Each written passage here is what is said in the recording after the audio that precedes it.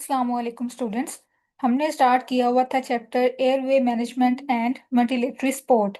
Last lecture में हमने इसका एक पार्ट कवर कर लिया था एयरवे मैनेजमेंट का, ठीक है। उस पे एक इसका थोड़ा सा पार्ट रह गया था सक्शनिंग वाला, वो हम करते हैं आज। और इसके बाद हमारा रह जाएगा वेंटिलेटरी सपोर्ट वाला, ये भी हम स्टार्ट करेंगे आज जितना हो गया, ठीक है। तो हम ये स्टार्ट करते हैं जहाँ से हमने इसको ख़त्म किया था।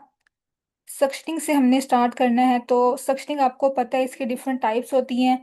यहाँ तक हमने कर लिया था कवर, ठीक है, ट्रेकियोस्टमी तक। आज हम स्टार्ट करते हैं सक्शनिंग के बारे में, ठीक है। इसके बाद अब देखें इसमें तो इसमें कौन कौन सी टाइप्स बताई हुई हैं। ओरल सक्शनिंग, उसके बाद है nasotracheal suctioning, endotracheal suctioning and tracheostomy suctioning, ठीक है। इन सब को हमने यहाँ पे डिस्कस करना है। इसकी क्या इंडिकेशंस हैं, क्या प्रोसीजर है, क्या इसकी नर्सिंग केयर होती है, ठीक है। ये इसमें से एमसीक्यूज आ जाते हैं। तो हम स्टार्ट करते हैं। सबसे पहले है ओरल सक्शनिंग, ठीक है। अब इसमें देखें तो यहाँ पे बताया हुआ है इसकी इंडिकेशंस क्या क्या होती हैं, कि हम किस कंडीशन में ओरल सक्शनिंग करते हैं या इसके क्या क्या पर्पसेस होते हैं। तो पहला पर्पस इसका क्या है कि जब हमने पेशेंट की जो सिक्रीशंस हैं, ओरल सिक्रीशंस, उसको रिमूव करना हो, तो तब हम करते हैं ओरल सक्शनिंग, ठीक है। The removal of posterior oropharyngeal suctioning, oropharyngeal secretions with subglottic suctioning minimizes the buildup of oral secretions. It means कि जब हमने एक पेशेंट की जो सिक्रीशंस है माउथ में, उसको क्लीन करना हो, उसको रिमूव करना हो, तो तब हम करते हैं ओरल सक्शनिंग, ठीक है। उसके अलावा इसका दूसरा पर्पस क्या होता है, दूसरा बेनिफिट क्या होता है कि इससे जो एस्पिरेशन है उसका रिस्क कम हो जाता है, ठीक है। एस्पिरेशन का रिस्क कम हो जाता है और वेंटिलेटर एसोसिएटेड निमोनिया का रिस्क कम हो जाता है, ठीक है। आपको पता है जो निमोनिया है उसमें क्या होता है, इन्फेक्शन होता है लंग्स का। तो जब सिक्रीशंस होती हैं वहां से जो भी वो कंटेंट होता है वो आगे जब जाता है लंग्स के अंदर, तो उससे इन्फेक्शन कोज हो सकता है। तो इसका बेसिक पर्पस क्या होता है सक्शनिंग का, कि हमने सिक्रीशंस को रिमूव करके एस्पिरेशन के रिस्क को भी कम करना होता है और वेंटिलेटर एसोसिएटेड निमोनिया के रिस्क को भी कम करना होता है, ठीक है, उसको रिड्यूस करना होता है। तो ये इसकी 2 से 3 मेजर इंडिकेशंस यहाँ पे लिखी हुई हैं। आगे हम देखें तो यहाँ से भी बॉक्स है, ये इंपॉर्टेंट आपने करना है। कॉम्प्लिकेशंस क्या क्या हो सकती हैं सक्शनिंग की। सबसे पहले क्या है, हाइपोक्सीमिया, ठीक है। मतलब कि अगर हम प्रॉपर सक्शनिंग नहीं करेंगे तो उससे जो ब्लड में ऑक्सीजन का लेवल है वो कम हो सकता है, ठीक है। उसके बाद क्या है, डिसअरिथमियास हो सकते हैं। उसके बाद वेगल स्टिमुलेशन, आपको पता है जो वेगस नर्व है अगर वो स्टिमुलेट हो जाए ड्यूरिंग सक्शनिंग तो उससे ब्रेडिकार्डिया हो सकता है और हाइपोटेंशन डिवेलप हो सकती है, ठीक है। उसके बाद क्या कॉम्प्लिकेशन आ सकती है इसकी, ब्रोंकोस्पैज, ठीक है, एलिवेटेड इंट्राक्रेनियल प्रेशर, एटीलेक्टेसिस। इसमें क्या होता है कि जो लंग्स हैं वो कोलैप्स कर जाते हैं अगर हम प्रॉपर सक्शनिंग नहीं करेंगे। तो जो लंग्स हैं उनका फंक्शन प्रॉपर नहीं होगा, क्योंकि इसमें जो अगर वो पेशेंट जो है वो एस्पिरेट कर जाता है तो उससे उसकी भी कॉम्प्लिकेशंस आ सकती हैं, ठीक है। उसके बाद क्या है, tracheal mucosal trauma and bleeding. मतलब जब हम ट्रेकियल सक्शनिंग कर रहे होते हैं तो हमने इतनी डीप सक्शनिंग नहीं करनी कि उसकी जो म्यूकोजा है, उसकी जो वॉल है ट्रेकिया की, उस वो डैमेज हो जाए, वहां से ब्लीडिंग स्टार्ट हो जाए, ठीक है। तो इसकी ये भी कॉम्प्लिकेशन हो सकती है। उसके बाद नोजोकोमियल इन्फेक्शन, ये वही कि अगर हम इसको अनहाइजीनिक वे में करेंगे, ठीक है, प्रॉपर हमने जो भी इसकी थी प्रिवेंशन उसको हमने यूज नहीं किया, तो तब भी इन्फेक्शन जनरेट हो सकता है। उसके बाद क्या डिस्कम्फर्ट हो सकती है पेशेंट को। तो ये इसकी कुछ कॉम्प्लिकेशंस हैं। उसके बाद जो सेकंड टाइप है इसकी है वो है नेजोट्रेकियल सक्शनिंग, ठीक है। इसमें अब आपको इसके नाम से शो हो रहा होगा कि इसमें नोज के थ्रू करते हैं ट्रेकिया तक। ये पूरा जो पाथवे पाथवे है ना, नोज से लेकर ट्रेकिया तक, उन सब की हम सक्शनिंग करते हैं, ठीक है। इसमें हम क्या करते हैं, एक फ्लेक्सिबल कैथीटर जो है वो यूज करते हैं। उस कैथीटर के थ्रू हम सक्शनिंग कर रहे होते हैं, ठीक है। अच्छा, अब यहाँ पे क्या लिखा हुआ है कि जो अभी जो प्रोसीजर है सक्शनिंग का, नेजो ट्रेकियल सक्शनिंग, ये एक जो ट्रेन नर्स होती है या रेस्पिरेटरी थेरापिस्ट है वो इसको परफॉर्म करता है, ठीक है। और ये एक स्टीराइल प्रोसीजर हमने करना होता है, इसमें हमने कोई भी अनहाइजीनिक कंडीशन को फॉलो नहीं करना होता है, ताकि पेशेंट जो है उसको हम इन्फेक्शन से प्रिवेंट कर सकें, ठीक है। बाकी इसका वही बताया हुआ है कि हमने पहले उसके जो कैथीटर डालना है उसको लुब्रिकेट करना है ताकि वो इजीली पास हो जाए, ठीक है। उसके बाद हम उसको नोस्ट्रिल के थ्रू डालेंगे और ट्रेकिया तक लेके जाएंगे, ठीक है।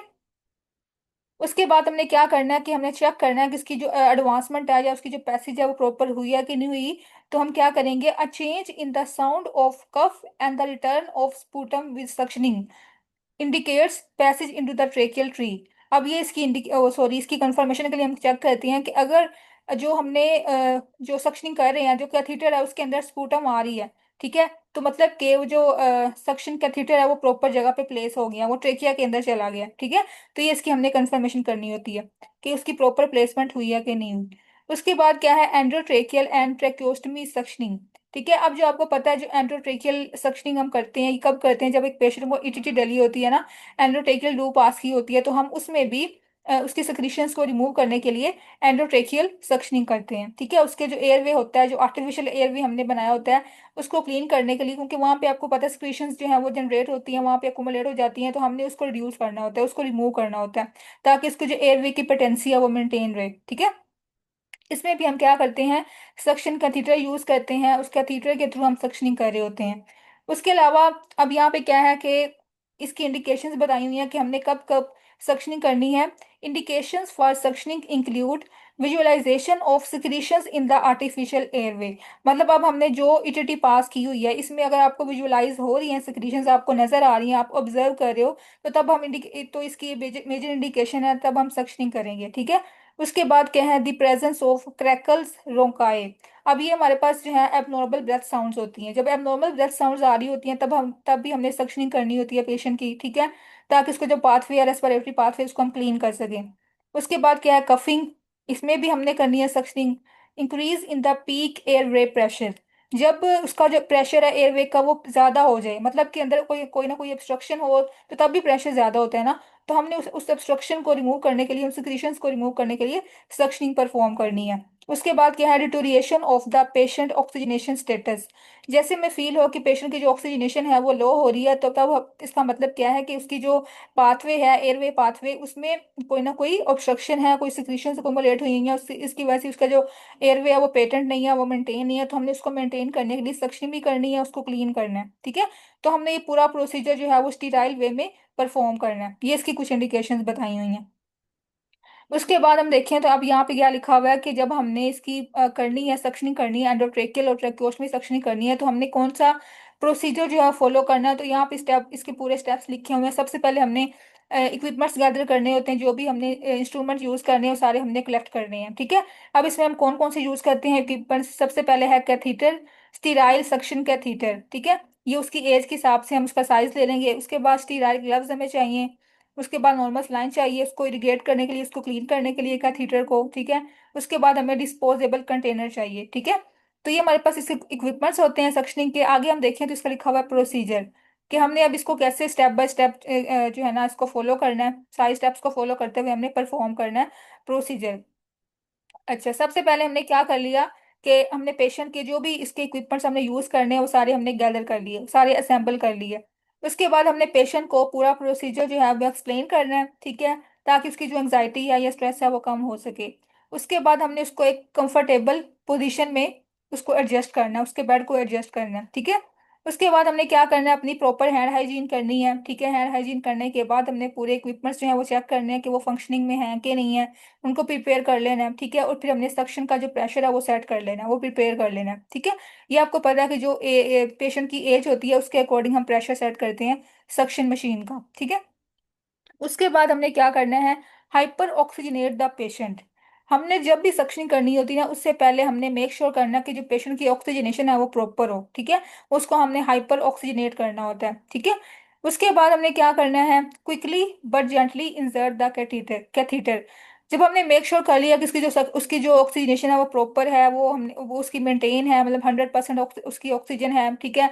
अगर वो वेंट पे है तो हमने तभी उसकी मेंटेन करनी है। उसके बाद हमने स्टार्ट करनी है सक्शनिंग करना। ठीक है। तो हमने ये कंफर्म कर लिया। उसके बाद हमने एक जो कैथीटर लिया था, सक्शन कैथीटर, उसकी साइज की, उसकी एज के अकॉर्डिंग वो हमने इंसर्ट करना स्टार्ट करना है। ठीक है।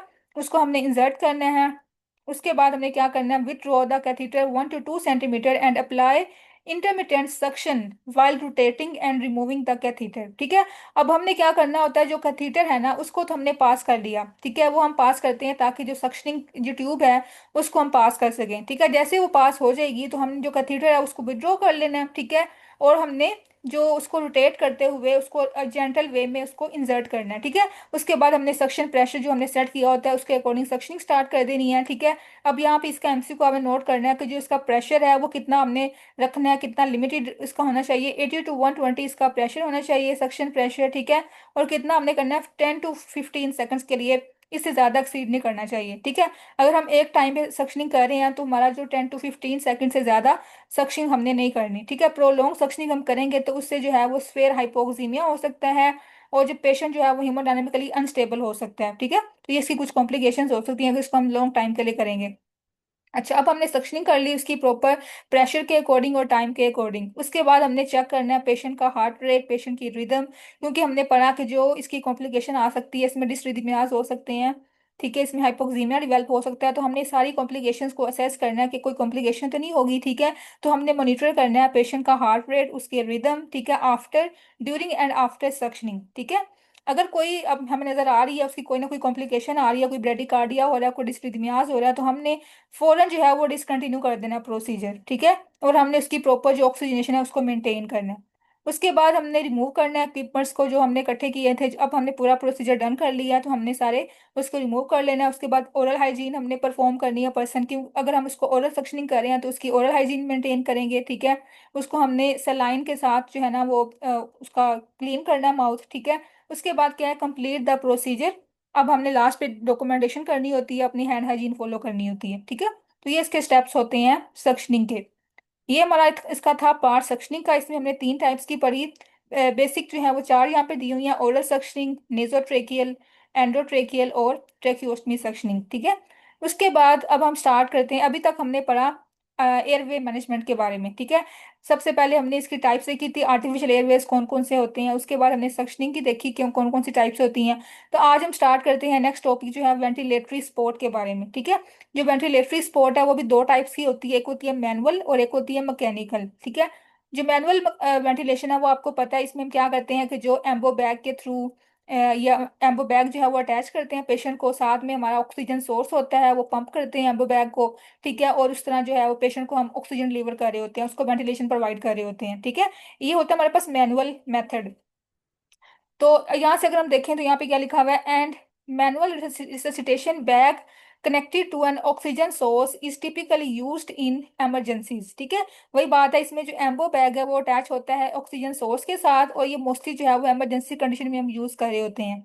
ठीक है, अब इसमें ये हम कब यूज करते हैं, जब पेशेंट जो है वो इसको हम सीपीआर दे रहे हो। ठीक है, in situation such as cardiopulmonary resuscitation where a high concentration of oxygen is required and an MRB with reservoir must be used. ठीक है, अब हमारे पास क्या है, जो सीपीआर है वो एक इमरजेंसी कंडीशन है ना, इसमें हमें पेशेंट को मैक्सिमम ऑक्सीजन जो है वो डिलीवर करनी होती है। तो हम क्या करते हैं, एमआरबी या एम्बो बैग के थ्रू जो है उसको वेंटिलेट कर रहे होते हैं पेशेंट को। ठीक है, अच्छा, अब आपने क्या पॉइंट्स को याद रखना है कि जब हमने उसको एम्बो बैग के थ्रू उसको जो स्क्वीज कर रहे होते हैं, उसको ऑक्सीजन डिलीवर कर रहे होते हैं, तो हमने किन पॉइंट्स को माइंड में रखना है। सबसे पहले क्या है कि force of squeezing the bag, कि हम कितनी फोर्स लगा रहे हैं उसको स्क्वीज करने में। ठीक है, कितनी अच्छी हमारी फोर्स होगी उतना अच्छा जो उसका वॉल्यूम है, टाइडल वॉल्यूम जो एयर हम डिलीवर कर रहे हैं पेशेंट को, वो उतनी अच्छी होगी। ठीक है, उसके बाद क्या, नंबर ऑफ हैंड स्क्वीजेस पर मिनट, कि हम एक मिनट में कितनी दफा अपना जो हैंड है जो एम्बो बैग है वो स्क्वीज कर रहे हैं। ठीक है, जितना जितनी बार वो करेंगे उसका मतलब यह है कि हमारा जो पेशेंट का रेस्पिरेटरी रेट है उसके जो है ना ये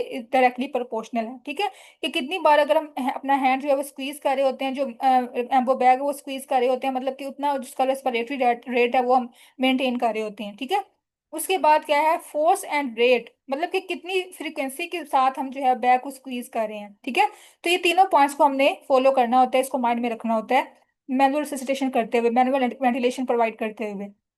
ठीक है, उसके बाद अब यहाँ पर लिखा हुआ है कि जब हम इसको दे रहे होते हैं एम्बो बैग के थ्रू इसको वेंटिलेशन प्रोवाइड कर रहे होते हैं, तो नर्स है उसके क्या काम होता है, उसकी क्या रिस्पॉन्सिबिलिटी होती है, उसने ऑब्जर्व करना होता है पेशेंट की चेस्ट को। ठीक है, कि ड्यूरिंग वेंटिलेशन जो उसकी पेशेंट की जो चेस्ट है वो राइज कर रही है कि नहीं कर रही, वो मूव कर रही है कि नहीं कर रही। ठीक है, ठीक, उसके अलावा हमने ये चेक करना होता है कि जो ब्रेथ्स हैं वो प्रॉपर डिलीवर हो रहे हैं कि नहीं हो रहे। ठीक है, उसके बाद एक और पॉइंट इंपॉर्टेंट है कि हमने ये भी चेक करना है कि जो एब्डोमेन है वो डिस्टेंड तो नहीं हो रहा, क्योंकि आपको पता है अगर जो एयर है वो ट्रेकिया की बजाय एब्डोमेन में जा रही है, इसोफेगस में जा रही है, तो उससे जो उसका एब्डोमेन है वो डिस्टेंड हो सकता है। ठीक है, तो इसको भी हमने देखना है, इसको मॉनिटर करना है नर्स ने। उसके बाद क्या है, अच्छा, अगर वो एब्डोमेन में उसकी डिस्टेंशन हो रही है तो उसका मतलब क्या है कि वो जो एमआरबी या जो भी हम उसके थ्रू दे रहे हैं उसको ऑक्सीजन या एयर दे रहे हैं, तो वो कहाँ पे जा रही है, वो इसोफेगस में जा रही है। तो इसका मतलब क्या है कि हम इसोफेगल इंटुबेशन कर रहे होते हैं उस टाइम पे। ठीक है, तो इसको हमने मॉनिटर करना है, इससे हमने अवॉइड करना है। ठीक है, उसके बाद ये हमारे पास थी मैनुअल वेंटिलेशन। इसमें हमें दो पॉइंट्स को याद करना है, जिसमें हमने एम्बो बैग के थ्रू ऑक्सीजन सोर्स को अटैच करके पेशेंट को वेंटिलेट करना होता है। ठीक है, उसके बाद हमारे पास जो सेकंड टाइप है इसकी वेंटिलेशन की, वो है मैकेनिकल वेंटिलेशन। ठीक है। अब इसमें जो पेशेंट है वो उसके लंग्स जो है वो काम नहीं कर रहे होते, उसके जब जो लंग्स है वो डिसफंक्शनल हो जाते हैं, तो हम इसको क्या करते हैं, आर्टिफिशियल वे में जो है इसको ब्रेथ जो है वो डिलीवर कर रहे होते हैं पेशेंट को, ठीक है। अच्छा, अब यहाँ पे क्या है कि ये हम कब करते हैं, इसकी क्या इंडिकेशन है, जब पेशेंट जो है वो रेस्पिरेटरी फेलियर में चला जाए, ठीक है। रेस्पिरेटरी फेलियर क्या होता है कि inability to maintain adequate respiration, ठीक है, जब पर्सन जो है वो अपनी रेस्पिरेशन को मेंटेन ना कर पाए, ठीक है, अनएबल हो जाए। अब इसकी क्या क्या इंडिकेशंस है, क्या हमने देखना है, उसकी जो है ना ब्लड पीएच वो लेस देन 7.25 हो, ठीक है, और जो उसका ब्लड का कार्बन डाइऑक्साइड लेवल है वो ग्रेटर देन 50 हो जाए। उसके बाद इसका जो ऑक्सीजन लेवल है वो लेस देन 50 हो जाए। इसका मतलब क्या है कि इसका जो जो लंग्स है, वो जो रेस्पिरेशन है वो फेलियर की तरफ जा रही है, ठीक है, रेस्पिरेटरी फेलियर में चला गया है। तो इस कंडीशन में हम क्या करते हैं, पेशेंट को मैकेनिकल वेंटिलेशन प्रोवाइड करते हैं, ठीक है। इसका मेजर जो इसकी इंडिकेशन है, यहाँ से एमसीक्यू आ जाता है कि जो मैकेनिकल वेंटिलेशन है उसकी मेजर इंडिकेशन क्या है, रेस्पिरेटरी फेलियर, इसमें हम यूज करते हैं मैकेनिकल वेंटिलेशन, ठीक है। अब इसका मेजर गोल क्या होता है मैकेनिकल वेंटिलेशन का, कि हमने पेशेंट का जो उसका जो एयरवे है उसको हमने मेंटेन करना होता है, ठीक है। उसकी जो हाइपोक्सीमिया डेवलप हुआ होता है, जो कि उसका 50 से कम उसका लेवल है ना ऑक्सीजन का, उसको हमने करेक्ट करना होता है, ठीक है, मतलब हमने उसका जो हाइपोक्सीमिया है उसको करेक्ट करना होता है, ठीक है, और मेंटेन करनी होती है उसकी एल्वुलर वेंटिलेशन, ठीक है। तो ये हमारे मेजर गोल्स होते हैं। उसके बाद अब यहाँ पे क्या है कि ये टेबल हम इधर से कर लेते हैं, कॉम्प्लिकेशंस क्या क्या हो सकती हैं मैकेनिकल वेंटिलेशन की, ठीक है। आगे हम पढ़ेंगे, इसमें हम डिफरेंट टाइप के वेंटिलेटर्स यूज करते हैं, उसके डिफरेंट मोड्स होते हैं, डिफरेंट सेटिंग्स होती हैं। तो इन वेंटिलेटर्स के भी डिफरेंट जो है वो कॉम्प्लिकेशंस होती हैं, ठीक है। तो इसकी कॉम्प्लिकेशंस को यहाँ पे कैटेगराइज किया हुआ है। सबसे पहले क्या है, एयरवे कॉम्प्लिकेशंस, मैकेनिकल कॉम्प्लिकेशंस, उसके बाद क्या है, फिजियोलॉजिकल कॉम्प्लिकेशंस, ठीक है। अच्छा, अब एयरवे की क्या क्या कॉम्प्लिकेशंस आ सकती हैं ड्यूरिंग मैकेनिकल वेंटिलेशन या ड्यू टू मैकेनिकल वेंटिलेशन। इसमें सबसे पहले क्या है, एस्पिरेशन, ठीक है, मतलब कि हम उसको वेंटिलेट कर रहे हैं पेशेंट को, उसको हमने उसमें वेंट पे डाला हुआ है। तो उससे क्या हो सकता है कि कोई भी ऐसी हमने कोई उसके अंदर चीज चलेगी या कोई ऐसा फॉरेन पार्टिकल चला गया, उससे उसने एस्पिरेट कर लिया है, ठीक है। तो उससे जो है एयरवे उसका डिस्टर्ब हो सकता है, वो जो है ना ब्लॉक हो सकता है, ठीक है। उसके बाद क्या है, वेंटिलेटर एक्वायर्ड निमोनिया, ठीक है। अब इसमें जो है वो निमोनिया के चांसेस होते हैं, ये हम देखते हैं आगे क्यों होते हैं, ये आगे डिटेल में दिया होगा, इसकी हमने केयर कैसे करनी है, इसको हमने प्रिवेंट कैसे करना है। उसके बाद क्या है, कॉम्प्लिकेशंस ऑफ एंडोट्रेकियल इंटुबेशन और ट्रेक्योस्टमी। ये जो हमने लास्ट टेबल पढ़ा था कि जो कॉम्प्लिकेशंस ऑफ ट्रेक्योस्टमी हो सकती हैं, वो भी इसी में मैकेनिकल वेंटिलेशन की जो कॉम्प्लिकेशंस है इसमें भी वो अराइज हो सकती हैं, ठीक है। क्योंकि आपको पता है जो मैकेनिकल वेंटिलेटर पे पेशेंट होते हैं उनको हम ईटीटी भी पास करते हैं, ठीक है, उसको हमने एंडोट्रेकियल ट्यूब भी पास की होती है, तो उसकी भी कॉम्प्लिकेशंस आ सकती हैं। उसके बाद क्या है, मैकेनिकल कॉम्प्लिकेशंस क्या क्या हो सकती हैं। इसमें सबसे पहले है लंग इंजरी, ठीक है। अच्छा, अब ये लंग इंजरी क्यों होती है, क्योंकि आपको पता है जो मैकेनिकल वेंटिलेटर्स पे पेशेंट होते हैं उसको हम प्रॉपर जो है वो सिलेक्टेड अमाउंट ऑफ प्रेशर जो है वो दे रहे होते हैं। प्रेशर जो है वो हमने सिलेक्ट किया होता है, हमने वॉल्यूम सेलेक्ट किया होता है, ठीक है, टाइडल वॉल्यूम और प्रेशर, ठीक है। अगर वो हम ज्यादा दे दें, ज्यादा क्वांटिटी में दे दें, जब वॉल्यूम जो है वो ज्यादा दे दें, तो उससे जो है वो लंग इंजर हो सकते हैं, ट्रोमा हो सकता है, ठीक है। बैरो ट्रोमा हो सकता है, वोलियो ट्रोमा हो सकता है, ठीक है। या तो प्रेशर ज्यादा होने की वजह से ट्रोमा हो सकता है, या फिर वॉल्यूम ज्यादा होने की वजह से ट्रोमा हो सकता है, ठीक है। तो लंग जो है उनकी इंजरी हो सकती है। उसके बाद क्या है, एटीलेक्टेसिस, ठीक है। अब ये क्या है कि जब हम उसको जो प्रॉपर हमने उसको देनी चाहिए ऑक्सीजन, या प्रॉपर उसको जो वॉल्यूम देना चाहिए, ठीक है, एयर का, तो वो अगर नहीं जा रहा तो उससे जो लंग्स हैं वो कोलैप्स कर जाएंगे, ठीक है। उससे एटीलेक्टेसिस हो सकती है, ठीक है। ये अब क्यों होती है, क्योंकि अब हाइपो वेंटिलेशन पे चला गया पेशेंट, उसको प्रॉपर एयर नहीं मिल रही, प्रॉपर उसका प्रेशर नहीं डिलीवर हो रहा, प्रॉपर वॉल्यूम डिलीवर नहीं हो रहा, तो उससे जो है वो हाइपोवेंटिलेशन हो सकती है, जिससे जो जो लंग्स है वो कोलैप्स कर सकते हैं। उसके बाद ऑटोमेटिकली जब उसकी प्रॉपर उसकी उसकी वो डिलीवर नहीं हो रही ऑक्सीजन, तो उससे हाइपोकैपनिया हो सकता है, रेस्पिरेटरी एल्कोसिस हो सकती है, ठीक है। उसके बाद क्या है कि जब हमने उसको एयर डालनी होती है ना उसके अंदर, वेंटिलेटर्स के अंदर, तो हमने मेक श्योर करना होता है कि जो उसकी एयर है वो प्रॉपर ह्यूमिडिफाई होनी चाहिए, ठीक है। अगर उसको ओवर हीटेड एयर हम दे रहे हैं उसको, तो उससे पेशेंट का जो टेम्परेचर है बॉडी का वो उसका जो डिस्टर्ब हो सकता है, उसको हाइपरथर्मिया हो सकता है, ठीक है। उसके बाद हाइपर कैप्निया हो सकता है, मतलब उसकी जो बॉडी में कार्बन डाइऑक्साइड का लेवल है वो ज्यादा हो सकता है, ठीक है। उसके बाद रेस्पिरेटरी एसिडोसिस हो सकती है। आपको पता है जो कार्बन डाइऑक्साइड का लेवल जब ज्यादा होता है तो उससे रेस्पिरेटरी एसिडोसिस डेवलप होती है बॉडी में, ठीक है। तो ये हमारे पास क्या है, इसकी मैकेनिकल कॉम्प्लिकेशंस है। उसके बाद लास्ट पे क्या है, फिजियोलॉजिकल कॉम्प्लिकेशंस, ठीक है। अब इसमें जो हमारी बॉडी के जो अदर फंक्शंस है ना, जैसे रेस्पिरेटरी तो हम कर रहे हैं ना, उसके बाद जो बाकी इसके फंक्शन है, कार्डियक फंक्शंस है या गैस्ट्रोइंटेस्टाइनल फंक्शंस है, वो सारे डिस्टर्ब हो सकते हैं, ठीक है। तो सबसे पहले क्या है, decreased cardiac function, resulting in hypotension. ठीक है, जब उसके लंग्स प्रॉपर काम नहीं कर रहे, प्रॉपर आगे ऑक्सीजन डिलीवर नहीं कर रहे होंगे, तो उसका जो कार्डियक का फंक्शन है वो भी लो हो जाएगा, वो भी डिप्रेस हो जाएगा। ठीक है, उसके बाद फ्लूइड ओवरलोड हो सकता है इसमें, उसके बाद रेस्पिरेटरी मसल वीकनेस हो सकती है। अब ये क्यों होती है? क्योंकि आपको पता है जो पेशेंट मैकेनिकल वेंटिलेशन पे होते हैं ना, उनके जो लंग्स हैं वो तो काम नहीं कर रहे होते, वो तो अपना फंक्शन परफॉर्म नहीं कर रहे होते, तो उसके जो मसल्स होते हैं रेस्पिरेटरी मसल्स, उनकी एट्रोफी हो सकती है। ठीक है, वो वीक हो सकते हैं।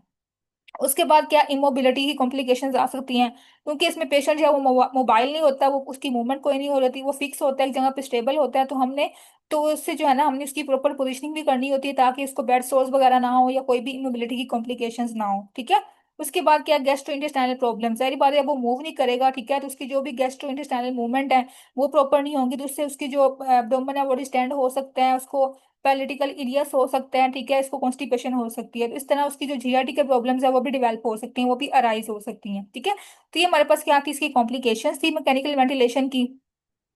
उसके बाद हम देखते हैं तुम्हारा जो नेक्स्ट टॉपिक है, अब यहाँ पे है मैकेनिकल वेंटिलेशन जो है, जो वेंटिलेशन होती है ना, इसमें हम बात करते हैं वेंटिलेटर्स की। ठीक है, जो वेंटिलेटर्स हैं वो एक आर्टिफिशियल मशीन होते हैं जो कि लंग्स के तौर पे काम कर रहे होते हैं, जो पेशेंट को ब्रेथ डिलीवर कर रहे होते हैं, ऑक्सीजन डिलीवर कर रहे होते हैं। ठीक है, अब इसकी दो टाइप्स होती हैं हमारे पास वेंटिलेटर्स की, एक होते हैं पॉजिटिव प्रेशर वेंटिलेटर्स, एक होते हैं नेगेटिव प्रेशर वेंटिलेटर्स। ठीक है, अच्छा अब इनमें क्या डिफरेंस है और कौन से ज्यादा हम यूज करते हैं क्लिनिकल सेटिंग में, ये हम देखते हैं। जो हमारे पास है नेगेटिव प्रेशर वेंटिलेटर्स, ठीक है, इसमें क्या होता है कि जो थोरेसिक केज है ना वो आउटवर्ड मूव करती है। ठीक है, जो नेगेटिव प्रेशर वेंटिलेटर्स होते हैं इसमें क्या होता है कि नेगेटिव प्रेशर जनरेट होता है। ठीक है, थोरेसिक केज में, तो उससे जो थोरेसिक केज है वो आउटवर्ड मूव मूव होती है। ठीक है, तो उससे जो इंस्पिरेशन है वो स्टार्ट हो जाती है। ठीक है, इंस्पिरेशन जो है वो इनिशिएट हो जाती है जैसे जो थोरेसिक केज है वो आउटवर्ड मूव करती है। ठीक है, उसके बाद जो हमारे पास पॉजिटिव प्रेशर वेंटिलेटर है, उसमें क्या होता है कि इसमें जो एयर है ना वो लंग्स के अंदर हम पंप कर रहे होते हैं। ठीक है, deliver air by pumping it into the patient lungs. जो हमारे पास पॉजिटिव प्रेशर वेंटिलेटर्स होते हैं उसमें हम क्या करते हैं, जो एयर है उसको लंग्स के अंदर पंप कर रहे होते हैं। ठीक है, ताकि जो इंस्पिरेशन है वो इनिशिएट हो जाए, वो स्टार्ट हो जाए। ठीक है, उसके बाद अब यहाँ पे क्या लिखा हुआ है कि जो मोस्ट कॉमन हम यूज करते हैं वो है पॉजिटिव प्रेशर वेंटिलेटर्स। ठीक है, the use of negative pressure is limited. जो हमारे पास नेगेटिव प्रेशर वेंटिलेटर्स होते हैं इनका लिमिटेड यूज होता है। ठीक है, मोस्टली हम यूज करते हैं पॉजिटिव प्रेशर वेंटिलेटर्स। ठीक हो गया। उसके बाद अब यहाँ पे लिखा हुआ है जो हमारे पास पॉजिटिव प्रेशर वेंटिलेटर्स होते हैं इसके थ्री मेजर मोड्स होते हैं। ठीक है, अब ये तीन मोड्स कौन से हैं? सबसे पहले है वॉल्यूम वेंटिलेशन, उसके बाद क्या है प्रेशर वेंटिलेशन, उसके बाद है हाई फ्रिक्वेंसी वेंटिलेशन। ठीक है, अच्छा अब इसके नाम से आपने याद करना है कि जो वॉल्यूम वेंटिलेशन है ना उसमें हम क्या करते हैं, एक स्पेसिफिक वॉल्यूम जो है ना एयर का वो हम डिलीवर कर रहे होते हैं पेशेंट को विद ईच ब्रेथ। ठीक है, आपको पता है टाइडल वॉल्यूम क्या होता है कि जो हम अमाउंट ऑफ एयर जो या वॉल्यूम ऑफ एयर जो है वो डिलीवर करते हैं पर मिनट एक पेशेंट को। ठीक है, तो इसमें हम सेट करते हैं वॉल्यूम को। उसके बाद क्या है प्रेशर वेंटिलेशन। अब जो प्रेशर वेंटिलेशन है इसमें हमने बात करनी है प्रेशर की, मतलब इसमें हम सिलेक्टेड जो है ना गैस का प्रेशर उसको हम डिलीवर करते हैं पेशेंट को। ठीक है, मतलब इसमें जो प्रेशर है वो हमारे कंट्रोल में होता है, जो वॉल्यूम है इसमें हमारे हमारे पास जो उसका एयर का वॉल्यूम है या गैस का वॉल्यूम है वो हमारे कंट्रोल में होता है, उसको हम सेट कर सकते हैं उसको डिलीवर करने के थ्रू। ठीक है, उसको जब डिलीवर कर रहे होते हैं ईच ब्रेथ, तो इसमें हमने ये डिफरेंस याद करना है वॉल्यूम का और प्रेशर का। उसके बाद क्या है हाई फ्रीक्वेंसी वेंटिलेशन।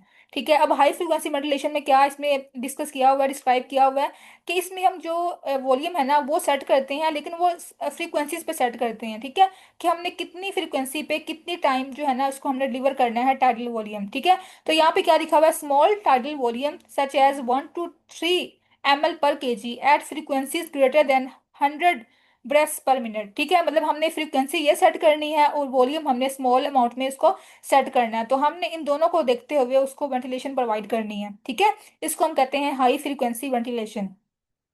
अच्छा अब यहाँ पे क्या लिखा हुआ है कि जो हमारे पास हाई फ्रिक्वेंसी वेंटिलेशन होती है ना इससे जो लंग इंजरी के चांसेस है ना वो कम होते हैं। ठीक है, it reduces the risk of lung injury.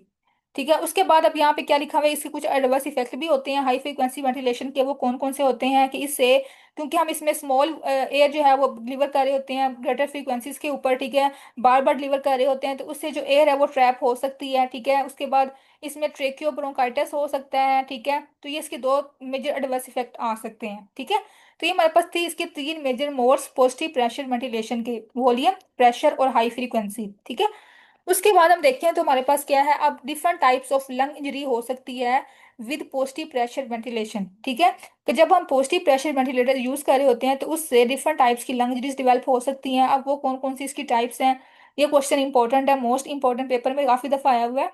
Lung injuries कौन सी हैं, बैरोट्रोमा हो सकता है, वोलियोट्रोमा हो सकता है, एटिलेक्ट्रोमा हो सकता है, बायोट्रोमा और वेंटिलेटर एसोसिएटेड लंग इंजरी। ठीक है, इसको हम देखें वन बाय वन। सबसे पहले क्या है, बैरोट्रोमा। अब ये क्यों होता है, जब हम प्रेशर जो है वो हाई सेट कर दें या हाई डिलीवर कर दें पेशेंट को, ठीक है, तो उससे क्या है, बैरोट्रोमा हो सकता है। ठीक है, आपको पता है जब प्रेशर ज्यादा होता है तो उससे क्या है, जो एयर है वो लीक हो सकती है एल्वेलाई के थ्रू। जब एल्वेलाई के थ्रू लीक होगी तो जो प्लूरल स्पेस होती है वहां पे एयर जो है वो अकोमोलेट हो सकती है, न्यूमोथोरेक्स हो सकता है, और जो है लंग्स है उनकी इंजरी हो सकती है। ठीक है, तो ये हमारे पास क्या है, पहली लंग इंजरी है बैरोट्रोमा। उसके बाद है वोलियोट्रोमा, मतलब इसमें जब हम जो वॉल्यूम है उसको एक्स्ट्रा लार्ज अमाउंट में जो है वो डिलीवर कर दें पेशेंट को। ठीक है, तो उससे भी जो पेशेंट के जो एल्वेलाई हैं वो फ्रैक्चर हो सकते हैं, जो उसके अंदर फ्लूइड होता है, जो प्रोटीन होती है वो लंग्स के अंदर पेनिट्रेट कर सकती है, सीप कर सकती है। ठीक है, तो उससे जो पल्मोनरी एडिमा है वो कॉज हो सकता है। ठीक है, इसके बाद हमारे पास थर्ड लंग इंजरी है वो है एटिलेक्ट्रोमा। ठीक है, अब ये क्यों होता है, जब पेशेंट को हम बार बार हाई फ्रिक्वेंसी के ऊपर दे रहे होते हैं वेंटिलेशन, ठीक है, स्मॉल वॉल्यूम बार बार डिलीवर कर रहे होते हैं, तो उससे जो है बार बार ओपनिंग और क्लोजिंग होती है एल्वेलाई की। ठीक है, तो उसमें एक शेयर रिड्यूस्ड इंजरी डेवलप हो जाती है, उसको हम कहते हैं एटिलेक्ट्रोमा। ठीक है, मतलब कि इसमें बार बार repeated opening and closing of alveoli की वजह से जो ट्रोमा होता है ना लंग्स को, उसको हम कहते हैं एटिलेक्ट्रोमा। ठीक है, उसके बाद हमारे पास जो इसकी फोर्थ लंग इंजरी है वो है बायोट्रोमा। अब बायोट्रोमा क्यों होता है कि इसमें जो एल्वेलाई हैं वो डैमेज हो जाते हैं। अब वो क्यों होते हैं, क्योंकि इसमें जो साइटोकाइंस है ना वो रिलीज हो जाती हैं। ठीक है, साइटोकाइंस और अदर केमिकल मीडिएटर्स जो है वो जो इन्फ्लामेशन कोज करते हैं वो रिलीज होते हैं, तो उससे जो है वो इन्फ्लामेटरी रिस्पॉन्स जनरेट होता है। ठीक है, तो उससे जो एल्वेलाई है वो डैमेज हो जाते हैं। ठीक है, अब आपको ये समझ नहीं आएगी कि जो इसमें साइटोकाइंस है वो क्यों रिलीज होते हैं, जो इन्फ्लेमेटरी मीडिएटर्स है वो क्यों रिलीज होते हैं। तो ये आपको यहाँ से लिखा भी हुआ है कि जब पॉजिटिव प्रेशर वेंटिलेशन हम देते हैं ना पेशेंट को, तो उसके रिस्पॉन्स में जो साइटोकाइंस हैं वो रिलीज होते हैं। ठीक है, जो साइटोकाइंस हैं जो मीडिएटर्स हैं वो रिलीज होते हैं, तो आपको पता है ये हमारे पास क्या इन्फ्लेमेशन कोज करते हैं साइटोकाइंस। ठीक है, तो इन्फ्लेमेशन है वो जब इंक्रीज होगी तो उससे जो एल्वेलाई है वो डैमेज हो सकते हैं। ठीक है, इस तरह बायोट्रोमा हो सकता है। उसके बाद लास्ट पे क्या है, वेंटिलेटर एसोसिएटेड लंग इंजरी। ठीक है, अब ये क्यों होती है, जब हम पेशेंट को प्रोलॉन्ग टाइम के लिए वेंटिलेटर पे रखते हैं ना, उसको वेंटिलेशन प्रोवाइड करते हैं, तो उससे जो लंग है वो डैमेज हो सकते हैं, लंग इंजर हो सकते हैं। ठीक है, तो ये हमारे पास इसकी फिफ्थ कॉम्प्लिकेशन थी, फिफ्थ इसकी लंग इंजरी थी, जो कि हो सकती है पॉजिटिव प्रेशर वेंटिलेशन से। ठीक है, उसके बाद हमने क्या करना होता है, अब हमने इससे प्रिवेंट कैसे करना है, जो हमारे पास प्रोलॉन्ग्ड हाई लेवल होते हैं ना, high level of oxygen, high volume and pressure, अगर इसको हम ज़्यादा टाइम के लिए यूज़ कर रहे होते हैं पेशेंट को, तो उससे जो उसकी सर्फेक्टेंट होता है जो उसको मेंटेन करता है लंग्स को, ठीक है, वो उसकी डेफिशिएंसी हो जाती है, वो लॉस हो जाता है। ठीक है, और इसके अलावा जो अलविलाई है, जो लंग्स हैं, वो इन्फ्लेम कर सकते हैं। तो इस तरह हमने क्या करना है, उसको प्रोलॉन्ग्ड टाइम के लिए जो है वो यूज़ नहीं करना। ठीक है, वेंटिलेशन को हमने गैप्स देने हैं अंदर। ठीक है, ताकि कॉम्प्लिकेशंस अराइज ना हो। तो ये हमारे पास थी इसकी four types of lung injury, जो कि हमने पढ़ ली सारी, यहाँ से पांच ये इंपॉर्टेंट क्वेश्चन है। उसके बाद अब यहाँ पे क्या लिखा हुआ है कि जब हमने पेशेंट को जो एयर यूज कर रहे होते हैं ना, इसके अंदर मैकेनिकल वेंटिलेशन के अंदर एयर यूज कर रहे होते हैं, तो हमने उस एयर का जो टेम्परेचर है उसको भी मेंटेन करना होता है। ठीक है, temperature of the air is about body temperature, हमने उसके इक्वल उसको रखना होता है। ठीक है, ताकि उसको पेशेंट को जो हाइपोथर्मिया ना हो, हाइपरथर्मिया ना डिवेल्प हो जाए, तो हमने उसकी जो ह्यूमिडिटी ह्यूमिडिटी है, उसकी जो टेम्परेचर है उसको भी मेंटेन करना होता है। ठीक है, ये आपने इसका एमसी को मार्क कर लेना है। उसके बाद हमारा जो नेक्स्ट टॉपिक है वो है वेंटिलेटर सेटिंग के बारे में। ठीक है, ये आपने देखा होगा डिफरेंट, अगर आपकी ड्यूटी लगी होगी आईसीयूज में, मेडिकल आईसीयू में, सर्जिकल आईसीयू में, तो वहाँ पे आपने पेशेंट देखे होंगे बेड पे जो होते हैं, वेंटिलेटर्स पे जो होते हैं, तो उनके जो है ना वो सेटिंग वहाँ पे सेट की होती है, हर पेशेंट की अलग अलग सेटिंग होती है। ठीक है, अब उस सेटिंग पे आप क्या क्या क्या शो हो रहा होता है, या अगर आप देखें तो मैं आपको पिक्चर भी शेयर कर दूंगी ग्रुप में, तब आपको समझ आ जाएगी इसमें हमने कौन कौन सी सेटिंग करनी होती है। ठीक है, अच्छा, सबसे पहले इसकी सेटिंग क्या होती है, फ्रैक्शन ऑफ इंस्पायर्ड ऑक्सीजन की। ठीक ठीक है, अब इसको हम डिफाइन करें तो ये क्या होता है, percentage of oxygen in the air, कि जो पर्सन को हम एयर डिलीवर कर रहे हैं, ठीक है, वेंटिलेटर में जो उसको एयर दे रहे हैं उसके अंदर कितनी ऑक्सीजन है, कितने परसेंटेज ऑक्सीजन की है। ठीक है, तो अगर ये हम इसको एडजस्ट करते हैं, मेंटेन करते हैं, मोर देन 90% इसकी होनी चाहिए। ठीक है, FiO2 is adjusted to maintain the SaO2 of greater than 90%। ठीक है, ये हमने इसकी मोर देन 90% एडजस्ट करनी होती है। ठीक है, तो ये हमने पहले सेटिंग कर ली। उसके बाद क्या है, टाइडल वॉल्यूम, ये आपको पता है कि अमाउंट ऑफ एयर जो हम डिलीवर करते हैं विद ईच ब्रेथ, ठीक है। अब ये कितना होता है, 5 to 8 ml per KG of body weight, ये रिकमेंडेड है, ये हमने सेट करना होता है उसका वॉल्यूम। उसके बाद रेस्पिरेटरी रेट, कि हमने number of breaths per minute, कितने नंबर ऑफ ब्रेथ्स जो है वो हमने डिलीवर करने हैं 1 मिनट के अंदर, ठीक है। अब ये आपको पता है जो रेस्पिरेटरी रेट होता है एक पर्सन का, उसकी एज के अकॉर्डिंग हम सेट कर देते हैं, ठीक है। जो एक अडल्ट है उसका आपको पता है 12 to 20 तक होता है पर मिनट, तो हम इसके अकॉर्डिंग जो इसका रेस्पिरेटरी रेट है वेंटिलेटर के ऊपर वो सेट कर देते हैं, ठीक है। ना तो वो इंक्रीज हो और ना ही वो डिक्रीज हो। उसके बाद क्या है, पीप। पीप क्या है, पॉजिटिव एंड एक्सपायरेटरी प्रेशर।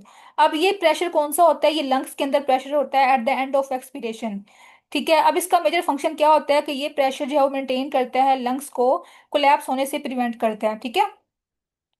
ये इसका मेजर फंक्शन होता है कि ये एल्वेलाई को ओपन रखता है, ओपन पोजीशन में रखता है, उनकी जो कंप्लायंस होती है लंग्स की उसको मेंटेन करता है, ठीक है। क्योंकि आपको पता है जो जब लंग्स जब एक्सपायर करते हैं तो उसमें जो थोड़ा सा प्रेशर रह जाता है ना, उसका बड़ा इंपॉर्टेंट रोल होता है, ठीक है।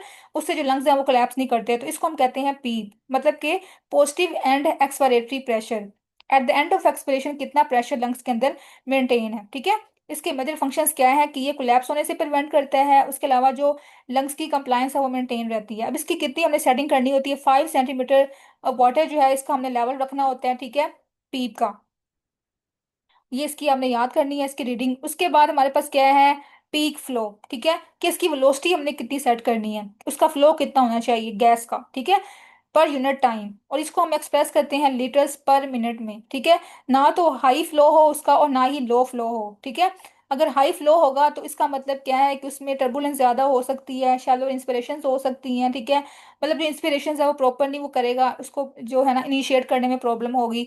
तो इस तरह इसकी कॉम्प्लिकेशन आ सकती है, हमने इसका प्रॉपर सेट करना होता है उसकी वेलोसिटी को, उसके फ्लो को, ठीक है। उसके बाद हमारी जो नेक्स्ट सेटिंग है, पीक इंस्पिरेटरी प्रेशर लिमिट, कि हम किस हद तक कितनी लिमिट तक जो इसको इंस्पिरेटरी प्रेशर जो है वो डिलीवर कर सकते हैं। आपको पता है दो तरह के प्रेशर होते हैं, एक होता है इंस्पिरेटरी प्रेशर, एक होता है एक्सपायरेटरी प्रेशर। इंस्पिरेटरी प्रेशर ये होता है कि कितने प्रेशर पे जो पेशेंट है वो इंस्पायर कर रहे हैं, ठीक है, वो इनहेल कर रहे हैं। तो हमने जो पीक लिमिट सेट करनी है ना वो भी हमने प्रॉपर सेट करनी है, ना तो वो हाई हो और ना ही वो लो हो, ठीक है। जैसे ही वो हाई होगा उसका जो लिमिट से एक्सीड कर जाएगा प्रेशर, तो उसका जो है वो अलार्म बजना शुरू हो जाएगा, उसको हम कहेंगे हाई प्रेशर अलार्म, ठीक है। तो हमने क्या करना है, प्रॉपर जो उसकी प्रेशर की लिमिट है वो मेंटेन करनी है, ठीक है, जहाँ भी उसकी जो इंस्पिरेशन है वो स्टार्ट हो जाए। उसके बाद क्या है, सेंसिटिविटी। अब सेंसिटिविटी क्या होता है, क्या होती है कि पेशेंट कितनी एफर्ट कर रहा है अपनी जो इंस्पिरेशन है उसको स्टार्ट करने में, ठीक है, उसको इनिशिएट करने में, ठीक है।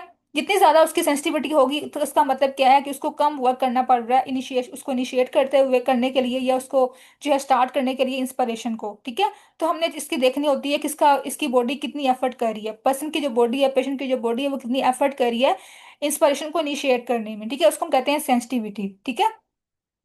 उसके बाद क्या है, इंस्पायरेटरी एक्सपायरेटरी रेशो, ठीक है। अब ये जो है ये हमने सेट करनी होती है 1:2 या 1:3। जो इंस्पायर अब इसमें जो है ना 1 जो है वो इंस्पायरेटरी रेशो होती है और इंस्पायरेटरी टाइम होता है, जो 2 है वो एक्सपायरेटरी टाइम होता है। अब इसमें हम क्या करते हैं, मोस्टली जो है वो इंस्पायरेटरी टाइम शॉर्ट होता है और जो एक्सपायरेटरी टाइम है वो लॉन्ग होता है, ठीक है। जैसे आप देखें ये 1 है ये 2 है, तो 2 लॉन्ग है और 1 शॉर्ट है। इस तरह हमारे पास जो 1:3 है, तो 3 में एक्सपायरेटरी टाइम जो है वो लॉन्ग है और जो 1 है वो शॉर्ट है, इंस्पायरेटरी टाइम शॉर्ट है। तो ये हमने सेट करना होता है इसका, ठीक है। तो ये हमारे पास की कुछ सेटिंग थी। अब यहाँ पे ये लिखा हुआ है कि हमने किस कंडीशन में इसको इन्वर्स कर सकते हैं, किस कंडीशन में हमने इसको ऐसे रखना होता है इसकी रेशो को, ठीक है। कुछ कंडीशन क्या होती है कि इसमें हमने इसकी जो रेशियो है ना उसको इन्वर्स कर देते हैं, मतलब कि अब यहाँ पे 1:2 है ना तो इसको 2:1 कर देंगे, या फिर 1:3 है तो 3:1 कर देंगे, मतलब इसका जो इंस्पायरेटरी टाइम है वो ज्यादा कर देंगे और जो एक्सपायरेटरी टाइम है वो कम कर देंगे, ठीक है। तो ये कब करते हैं, जब पेशेंट को कोई ना कोई डिजीज हो या कोई ऐसी कंडीशन हो कि हमें इसको इन्वर्स करना पड़े, तो अब इसको हम इन्वर्स कर देते हैं, ठीक है। तो ये इसकी हमारे पास कुछ इंडिकेशंस है, कुछ इफेक्ट लिखे हुए हैं। ये हमारे पास थी इसकी सेटिंग वेंटिलेटर्स की, जो कि हमने सेट करनी होती है वेंटिलेटर्स के ऊपर, ठीक है। उसके बाद हमारे पास जो नेक्स्ट टॉपिक है इसका वेंटिलेटर मोड्स, ये मोस्ट इंपॉर्टेंट क्वेश्चन है इस चैप्टर का। इसके आगे दो कैटेगरीज हैं, वॉल्यूम मोड्स और प्रेशर मोड्स, ठीक है।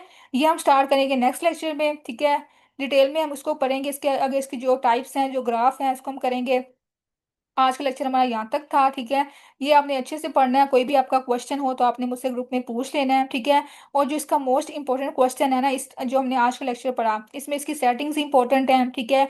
उसके बाद जो लंग्स इंजरी हो सकती है डिफरेंट टाइप्स की, वो इंपॉर्टेंट क्वेश्चन आया हुआ पेपर में, ठीक है। उसके बाद जो मैंने आपको टेबल पढ़ाया, कॉम्प्लिकेशंस कौन कौन सी हो सकती हैं सक्शनिंग की, ठीक है, वो टेबल इसका मोस्ट इंपॉर्टेंट है, ठीक है। तो ये आपने ये 2 से 3 क्वेश्चन जो है वो ज्यादा अच्छे से करने हैं, ये मोस्ट इंपॉर्टेंट है, ठीक है। कोई भी आपका क्वेश्चन हो तो आपने मुझसे ग्रुप में पूछ लेना, ठीक है। ओके, अल्लाह हाफिज।